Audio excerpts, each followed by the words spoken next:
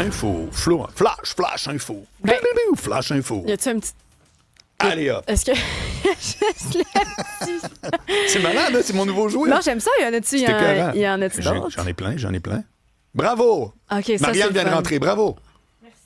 J'aime ça, c'est ton nouveau jouet. Oui, j'en ai. Attends, on je a te comme garde deux les nouveaux surprises. jouets. On a nos momoutes, Oui. communément appelés Exact. momoutes On de les voit micro, bien, comme avec ça. nos noms. Puis toi, tu as un petit soundboard. Oui, juste pour moi. Les autres émissions, pas le droit de les Marc. toucher. C'est marqué ne pas toucher. Sais-tu ce que font maintenant les criminels? Qui recrutent-ils? On a parlé hier et avant-hier des jeunes qui sont recrutés par Oui, des criminels. oui. Et bien là, on apprend aujourd'hui dans la presse que des sans-abri sont Oui, recrutés j'ai vu ça. par des criminels. Ouais. Là, je vous parle du service de police de l'agglomération de Longueuil, le SPAL. Alors, ce qu'on apprend, c'est qu'il y a des personnes itinérantes qui sont recrutées. On leur donne des fausses cartes d'identité avec leur visage pour qu'elles aient demandé des cartes de crédit, pour qu'elles achètent des téléphones cellulaires qu'elles vont revendre ensuite.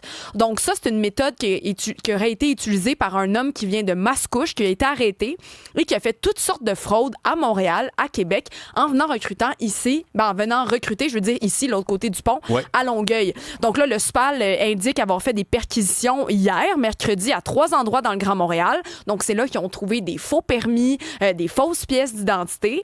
Et voilà ce qu'on apprend pour ça. Alors, la stratégie, c'est que ce monsieur-là se rendait dans les refuges pour itinérants en leur proposant toutes sortes de choses et en leur disant « Allez faire des petites magouilles pour moi ». Donc, comme je vous le disais, ils prenaient en photo ces gens-là. Je ne sais pas exactement ce qu'ils faisaient, mais bref, le visage des itinérants se retrouvait sur les faux permis. Ça leur permettait d'aller acheter toutes sortes de marchandises.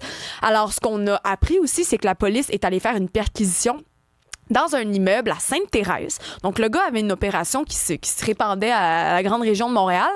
Et il y avait un endroit qui était une bâtisse où c'était un lieu de production de faux documents. Donc, c'était vraiment une petite business, si on veut, qui roulait assez bien. Et le recrutement de personnes vulnérables serait un stratagème qui est peu courant. C'est pour ça que c'est étonnant comme nouvelle ce matin. Vraiment? Et peut-être, par contre, que ça va s'élargir parce qu'eux ont peut-être ces gens-là vulnérables en échange d'argent acceptent de faire ces services-là, malheureusement. Alors voilà, comme je vous l'ai dit, ça ressemble à ça. C'est ce qu'on apprend aujourd'hui dans la presse. Donc, ce qu'on sait maintenant de l'homme qui a été arrêté, comme je vous disais, qui vient de Mascouche, il a été rencontré, interrogé par les policiers. Pour l'instant, aucune accusation criminelle qui est portée contre lui. On poursuit l'enquête. Autre sujet. Au niveau de la justice, Marc, ça va peut-être t'interpeller, ça. Richard Wagner, qui est le juge en chef du Canada, dit qu'il y a un sous-financement du système judiciaire canadien qui est chronique et c'est ce qui allonge les procès au-delà des délais légaux. Et ça fait quoi? Ça fait en sorte que le nombre de personnes qui sont non représentées par des avocats, par des gens du système de la justice augmente. Et il a même ajouté que ça cause une détérioration de la santé mentale et physique des juges. Donc, lui dit que ces délais-là, le fait qu'ils n'en viennent jamais à bout de toutes ces causes qui s'accumulent, mais ça va avoir un impact sur leur santé mentale. Je vous rappelle qu'en 2016, la Cour suprême, c'est là qu'elle a établi, dans le cas de Jordan, la limite pour avoir droit à un procès, pour avoir droit à être accusé. La limite, c'est 18 mois pour un procès criminel et 30 mois pour les procès devant la Cour supérieure. Et ça garantit donc aux Canadiens le droit d'être jugé dans un délai raisonnable.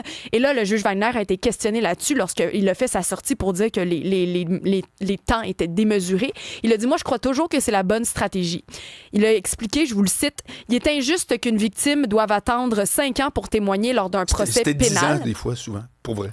Oui, il dit que c'est injuste pour les victimes, mais que c'est injuste que l'accusé doive attendre 5 ans pour son procès. C'est injuste pour tout le monde et pour la société. C'est ce qu'il a dit.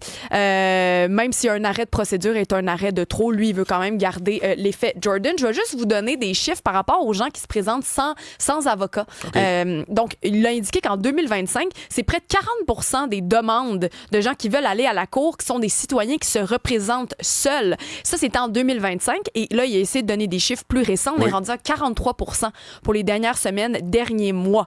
Alors, voilà, c'est le genre de problème que ça cause. Ce qui est hot, l'arrêt Jordan, mais ça veut pas dire que c'est parfait, mais que moi, j'ai toujours aimé cette idée-là, c'est que ça n'a pas été... Bon, là, on va réduire les délais, puis on va vous dire comment. La Cour suprême a juste dit, « Hey, savez-vous quoi? » Là, c'est pas dans tous les cas, là, mais dans 18 mois, il faut que ça soit réglé, puis arrangez-vous. Là, ben, sais-tu quoi? Au final, ils se sont arrangés. Alors là, j'entends que ça déborde, etc. OK, je suis sûr que c'est pas parfait, mais j'aime ça, moi, cette idée-là de faire, « Non, je trouverai pas une solution pour vous autres, là. Vous allez vous arranger. » Là, maintenant, la loi, là, c'est que c'est fini le procès. Bang! Rendu à cette date-là, ciao, bye. Mais c'est à partir du moment où les accusations sont portées, vous avez un délai, c'est fini. Hey, moi, je veux juste vous le dire, OK, pour vrai, rapidement. Quand j'ai fait mon stage, j'étais scandalisé. J'étais stagiaire à Québec.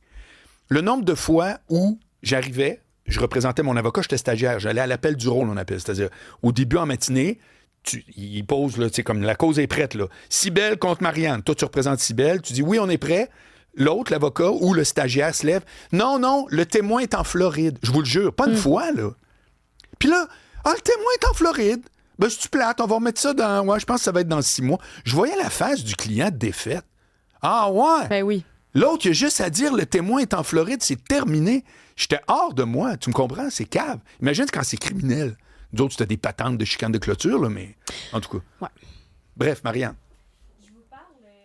Tu nous parles pas, on t'entend pas. Non, bon. Ah, là, tu nous parles. Ah, voilà. Je vais pouvoir vous parler d'une série qui a été lancée sur le compte TikTok de la chaîne française TF1. C'est une télé-réalité qui a été entièrement, de A à Z, générée par l'intelligence artificielle, OK? Ça s'appelle Skibidi X Fruit. Skibidi X Fruit. Oui, Skibidi X Fruit. Bon. Donc, c'est une parodie de la télé-réalité qui s'appelle X, comme des ex, Escape Island, dans laquelle on a 6 couples d'ex qui forment une équipe et le but, c'est de relever des défis physiques, de répondre à des questions. Ils font des genres de défis, puis le but, c'est de sortir de l'île le plus vite possible, mais tu fais affaire avec ton ex. Quand même particulier comme concept. Et là, ben, la chaîne TF1 a repris le concept et l'a transformé en série, en mini-série, devrais-je dire, 100% générée par l'IA. Ils ont commencé à publier il y a quelques jours des extraits et c'est complètement viral. Je vous laisse entendre ce que ça donne. Je suis archi contente de vous revoir. Bienvenue dans Ex-Fruit. Le concept est simple. 6 couples d'ex qui se détestent, une villa, des épreuves et des embrouilles de tarté mentale. Leur but, gagner les épreuves et se tailler de la villa au plus vite. Kiffez bien, les amis.